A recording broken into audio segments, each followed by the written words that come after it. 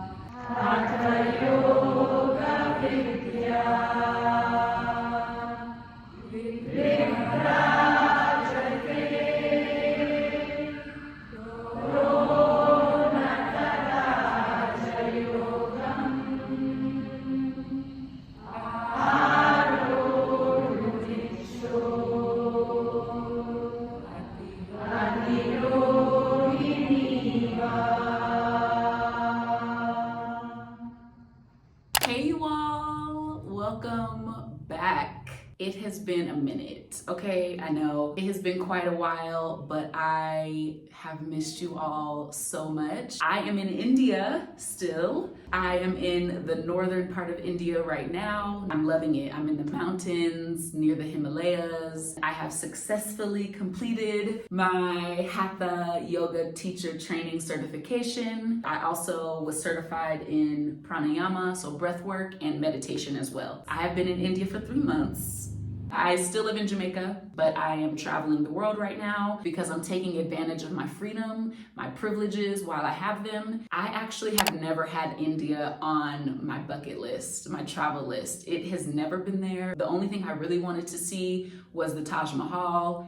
Did that, okay, like 2 weeks ago. So I had been in this transitional period with my business, like I said, in my personal life. I got really still and quiet for a few months, asked the questions that I needed answers to. I asked a specific question during prayer and meditation for it to be revealed what my next steps should be exactly. I was listening to this one podcast by Liz Tran. She's a executive coach, and something clicked when she said the ashram that she went to get certified as a yoga teacher. I immediately looked it up, and that is where I ended up getting certified. India is also a place that has just attracted many seekers and people on their consciousness journey. It just made sense that if I was interested in yoga, which I have been practicing for the past 6 or so years, and it has transformed my life. Yoga allowed me to open up these energy channels and open up all of these spaces that were hidden. And very early on, I learned that yoga is not the asanas. Yoga is not a workout. It is how you choose to live your life off of the mat. I chose to go to Mysore, which is in southern India. So the yoga institute that I went to was Samyak Ayurveda and Yoga Institute. What I really loved is after I registered, they specifically highlighted and emphasized that this is not a yoga retreat. It is a intensive Hatha traditional yoga training program. So I was preparing my body for the endurance and the stamina that I would need during the course. My training program was from August 3rd to August 28th of 2024. It was my first YTTC, so it was 200 hours. I chose Hatha. It is very different from like a Ashtanga Vinyasa flow. It isn't a flow. Hatha is completely different. It is a residential program, meaning you live there for the full, 25 or so days. I chose a single room. There were also shared dorms. The top level was all of the single rooms, and then the bottom level were the shared. Everybody's leaving. Everyone's pretty much gone. This is the back door, and we get this entire space. New French van. It's like a papaya farm, kind of farm. Are you hear me? No. Hi. This is Siobhan, my neighbor. I hear her sing all the time. I hear when she gets a text message. I hear She flushes the toilet. That was the back. The main area has a desk, a chair. This is like almost a king size bed, maybe queen. Beautiful, very firm and simple. The mattress is not like a really thick one, so it was really nice for my back. Coat hanger, wardrobe, large room, tons of space. Then on this side, this is the front door. I was in F11. This is the bathroom. Shower. Very simple.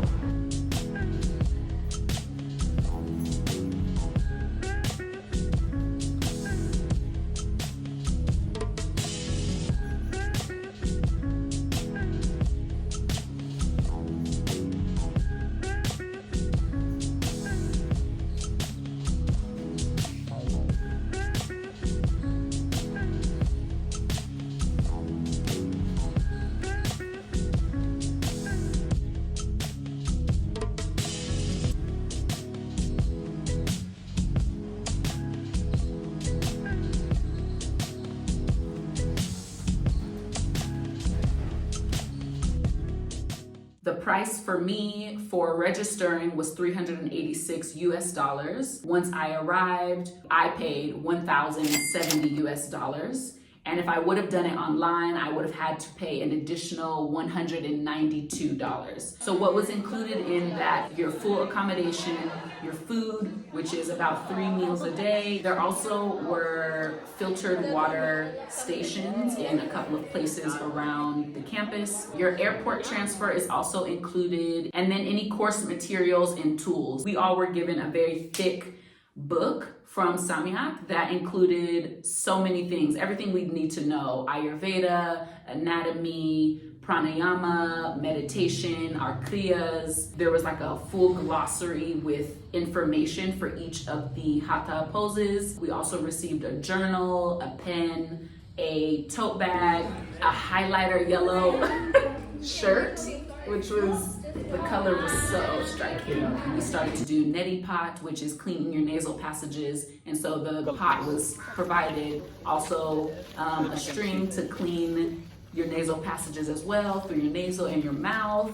And you do your nasal flossing. There also was laundry on site where you could pay an extra however many rupees per piece. And there also was a mini little shop and library in the main office where you could purchase soap and washing detergent or toilet paper, shampoo, these kind of little things. But I recommend bringing everything that you would need. All right, let's get into the schedule. From 6 to 7:30 a.m., it was our group, but pretty much personal Hatha asana practice. We had our acharya, our teacher. He led us all through the traditional yoga practice. From 7:30 to 8:30 was our pranayama teaching and practice and meditation. So that is learning different breathwork techniques. There are so many, and meditation techniques as well. From 8:30 to 9:30 was breakfast. Typically there would be fruits, and then there would be a warm aspect. After breakfast, from 9:30 to 10:45 was our yoga philosophy. It was my favorite class in the very beginning. My students, that's aham. Right? My arm is aham. It's not good, bad. It is just it is. Depending on how you are with your aham. And then we had like a 15-minute drink refreshment break from 10:45 to 11. People would meet in the dining hall and just chat. And then from 11 to 12, we did our first asana clinic of the day, which is learning the foundations, how to adjust. Some of the students would go up and volunteer, or the teacher would choose somebody and show the class how someone might be getting into a pose incorrectly, what the proper alignment is, how to adjust them. We would all be taking notes during the demo, and then we would practice ourselves. So the asana clinic prepared us to teach, but also just to deepen our own practice and strengthen our personal practice. Sometimes you're doing yoga, say you're doing like your at-home practice. You don't often go into a studio for adjustments from a teacher. You don't necessarily get the full experience that yoga has to offer, because you might be in a pose completely wrong. You might be getting into it completely incorrectly. I really loved the asana clinics. They were exhausting, but they were very necessary. I'm looking at the schedule that was given to us, and I don't even remember this 12-to-1 teaching methodology. I think this was included in the asana clinic. Then from 1:30 to 4 was our lunch period, and that might seem like a lot of time, 1:30 to 4 or 1 to 4, but it is not. Like, because you're extremely exhausted, because you've had no time really to yourself, no personal time. Every meal is eaten with all of the other students, and we had a pretty large class, I think like 28 to 30 students maybe. That period of time was definitely not enough, and I did not utilize it properly. During lunch, you could take like a walk on campus, you could go to the river, read, sleep in your room, and then from 4 to 5:30, we were back on it with another asana clinic. This one was more fun and free. We were learning the basics, but as we really got to know each other, we started to do warm-ups and fun little exercises, which was really cool. And then the schedule says from 5:30 to 6 there was a break. I don't remember that.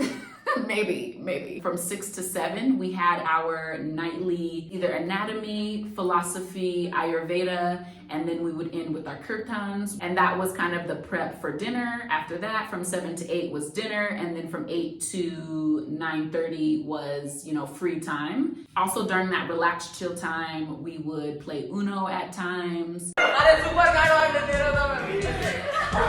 sweet.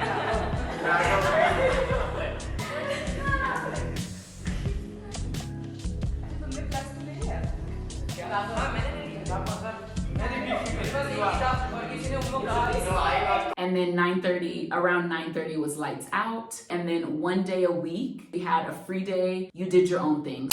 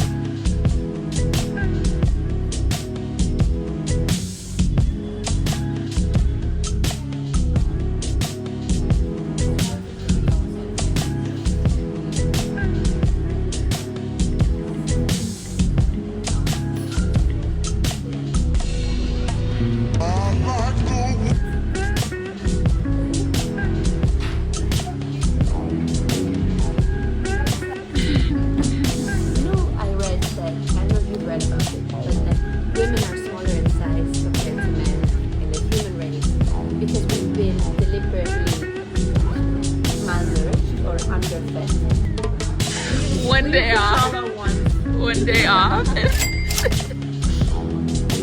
Splurge, you gotta do it, right?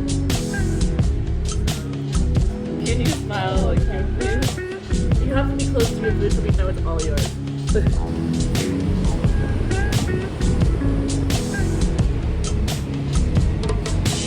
Simply because you don't have evidence that something does exist does not mean that you have evidence that something doesn't exist.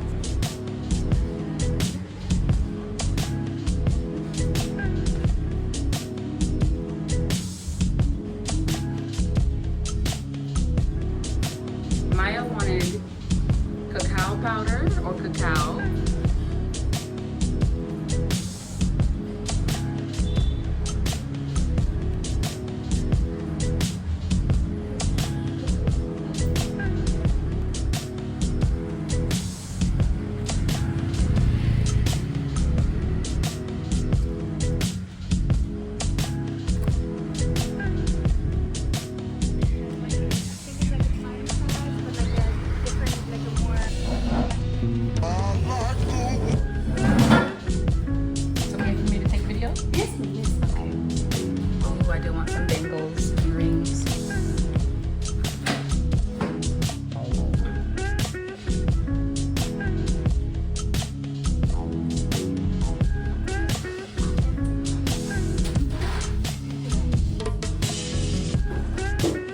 again with the stones like amethyst, labradorite, moonstone, like that. These are stars and small stars over there. Like 200, 500 rupees there. So it goes by weight. Simply because you don't have evidence that something does exist does not mean that you have evidence that something doesn't exist. I've never lived in a community where there are people from so many places. So I think that's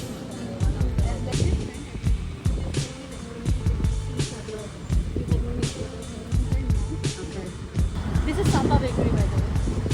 Okay.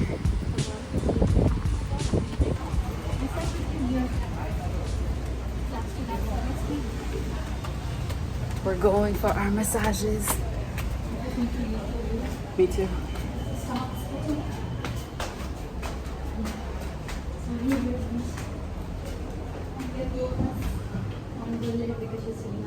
Hello, namaste. Oh, smells nice.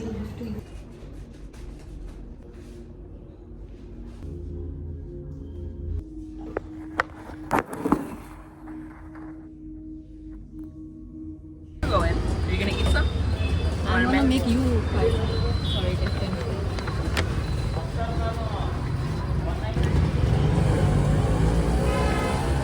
Oh. I don't know about that. Right. Yeah. That one. That one is. What is this? The bitter gourd without the spice. You might like this one.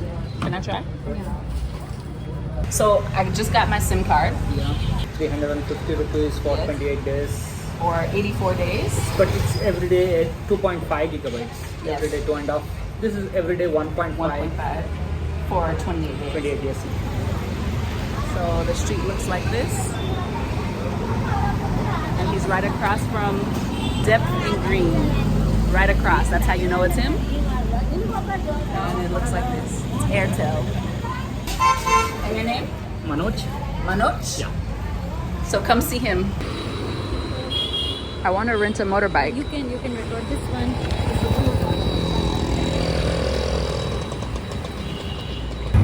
Say hi. So what is it, like a 5-minute? 888. That number, I see it all the time. Like a 5-minute drive? And what are these?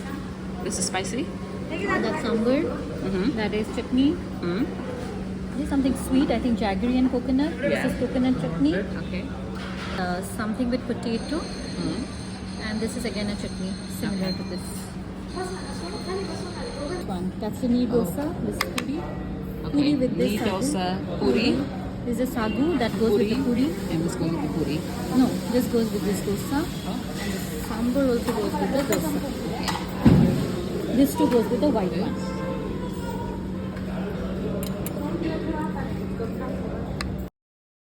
If you're thinking about being certified as a yoga teacher, I want to talk about some things that you should be mindful of, aware of, and some things that you'll need. The first thing is that depending on where you are, but traditionally it is important to have your shoulders and your knees covered, especially if you want to go into a temple. These things should be covered. It was emphasized that in the ashram, we could dress the way that we like and how we felt comfortable. But once we got out of the ashram, when we were actually going around the land, then we should make sure our shoulders and our knees are covered. It was extremely hot during our course in August. And so what I loved about the ashram is it was surrounded by so much land and animals, cows and peacocks, so many dragonflies. There's this huge river, I believe it was the Calvary River, that was actually running right on the campus, essentially. And there was a beautiful outside yoga shala where you could practice yoga right alongside the river, which was nice. I thought I would be able to swim initially, which is what drew me to this specific place, was this massive river. So I love the amount of land because I need to be in nature. If I'm doing something that is meditative and very intense on my body, I need to be in nature. Just in general, I need to be in nature, okay? I'm a country girl.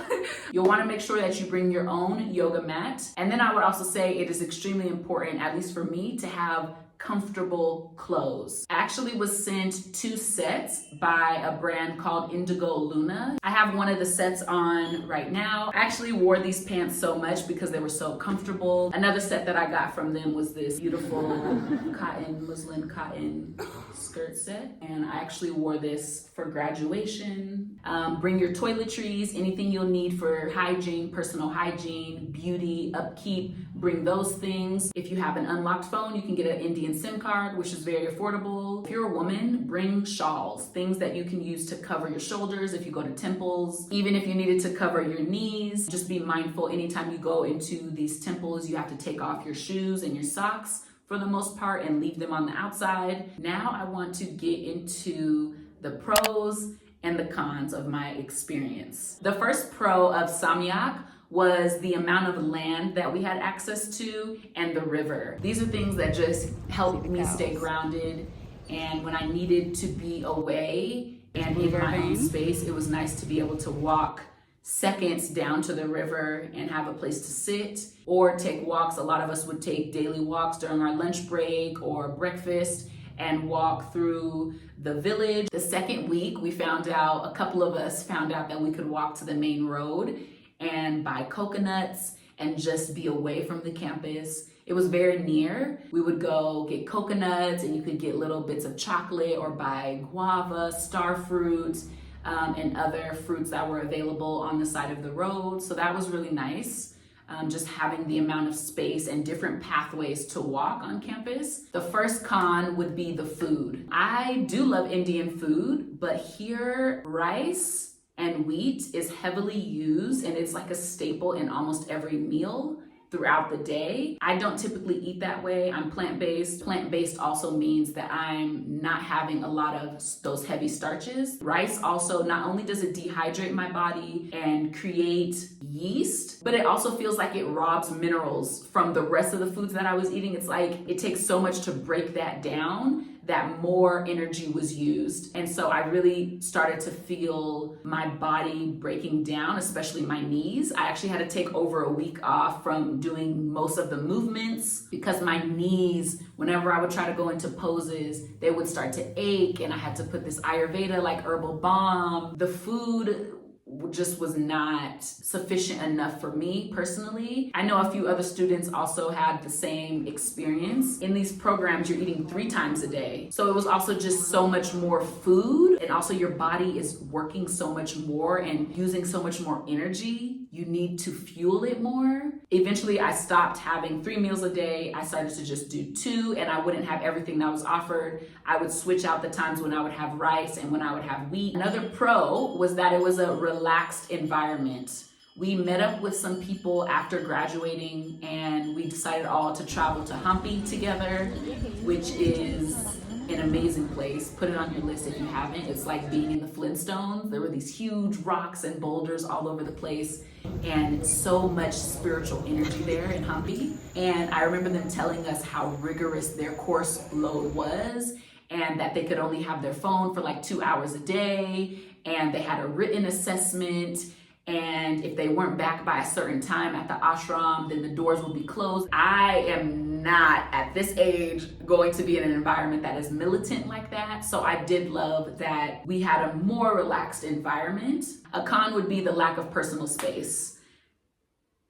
Kind of difficult to get around that because you're amongst so many people every single day, all day, but that was a con for me. Another pro would be that I was in an environment where there was routine and it forced you to be disciplined because you had your class times, you had your schedule, you were eating at the same time every single day. A con would be the class size. We had a pretty large class. Like I said, it was between 25 and 30 students. The ratio between teacher and student was definitely a little bit off balanced. A pro would be how comfortable we became teaching. We started teaching on day 2, just amongst the students.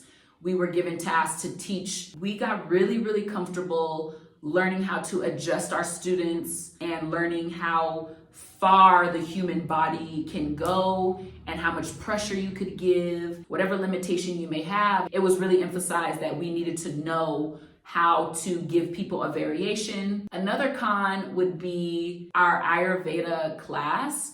You know, I love wellness. It is my profession. Even before going, I was learning a lot about Ayurveda. I was taking a lot of Ayurvedic herbs. The Ayurveda classes really fell short for me and for some other students. There were certain things that were being taught that definitely were not true. This stood out specifically to me, but there was one point where the teacher said that there are no harmful effects of having dairy. It is beneficial for the body. It is something that should be implemented. And I thought that was so dangerous to say. Another con would be residential programs are tough. There was a reason why I specifically chose to have my own room. Because I'm used to living on my own, I know what it means to keep your environment clean and tidy, to clean up after yourself, and to just be mindful of those kind of things. This is not necessarily about the ashram per se, but maybe there could have been more rules. And some of the teachers would try. There was a point in time when this virus, this sickness spread throughout the it reached like 80% of the students got ill, vomiting, not being able to come to class at different points. It was like one day one student was sick or a couple of students. The next day some more students were sick, other students were getting better, teachers were getting sick. Another con would be the dorm-like, college-like environment. A lot of loud energy, gossiping, and there was a lot of insecurities and judgments. And very early on, I think on day 3, I was boohoo crying because I was so out of my comfort zone, and other students expressed this as well. But there were so many projections of insecurity, and it was very emotional and very intense. It was not just physically. I am literally coming on because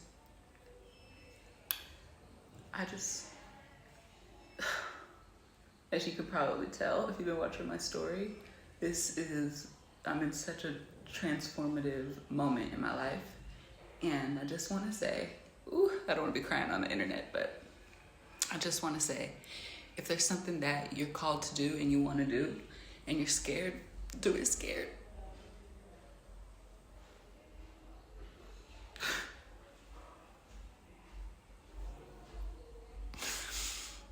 Do it scared. And there were points when I just felt totally misunderstood, judged at times. There were times when I was asked how my hair gets the way it is, and people like already trying to touch my hair. And there was just such a lack of exposure to African genes. One student asked, as she was touching my butt, if my butt was real. A lot of ignorance.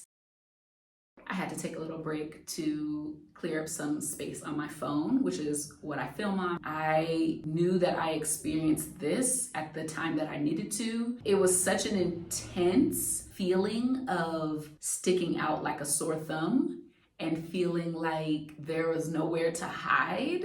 It was so intense because I have lived in Jamaica for the last 4 years. Everyone looks like me. Most people look like me. So it just put into perspective how privileged I have been to live in a Black Caribbean country. One thing that I would say constantly as I've been here, I am probably a lot of people's first interaction and exposure to someone that looks like me. While that might sound noble, it's exhausting. But again, I did experience that at this yoga teacher training, and I have experienced it in other environments that are yoga spiritual environments. Sadhguru's foundation and ashram in Coimbatore called Isha Yoga Center. I have never felt the phrase "go where you're celebrated and loved and wanted" more than when I have been out of a Black country. I totally forgot. It wasn't at the forefront of my mind anymore. I feel like I've covered everything. I'm just looking over my notes. I would say all in all, this was exactly what I needed, exactly when I needed it. My body has been strengthened and tested so much during this. I actually highly recommend being certified as a yoga teacher, even if you have no intention of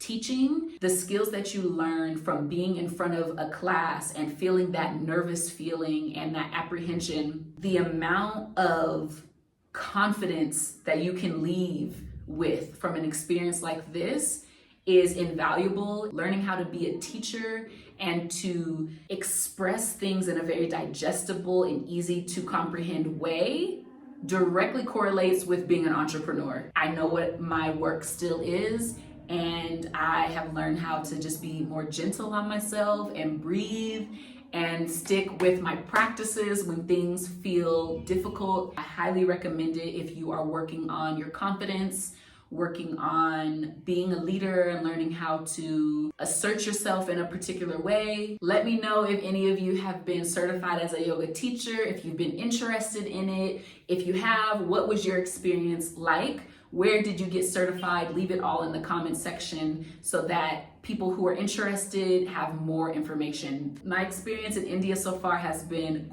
quite a time. I am so grateful that I did it afraid. I really feel like at this time now more than ever, having the audacity to go after what you desire and what you dream of and what you feel is going to bring you fulfillment is one of the most important things that we can have. And when I just made the decision and the jump, I have been rewarded 10 times over. So if that is something you needed to hear, okay.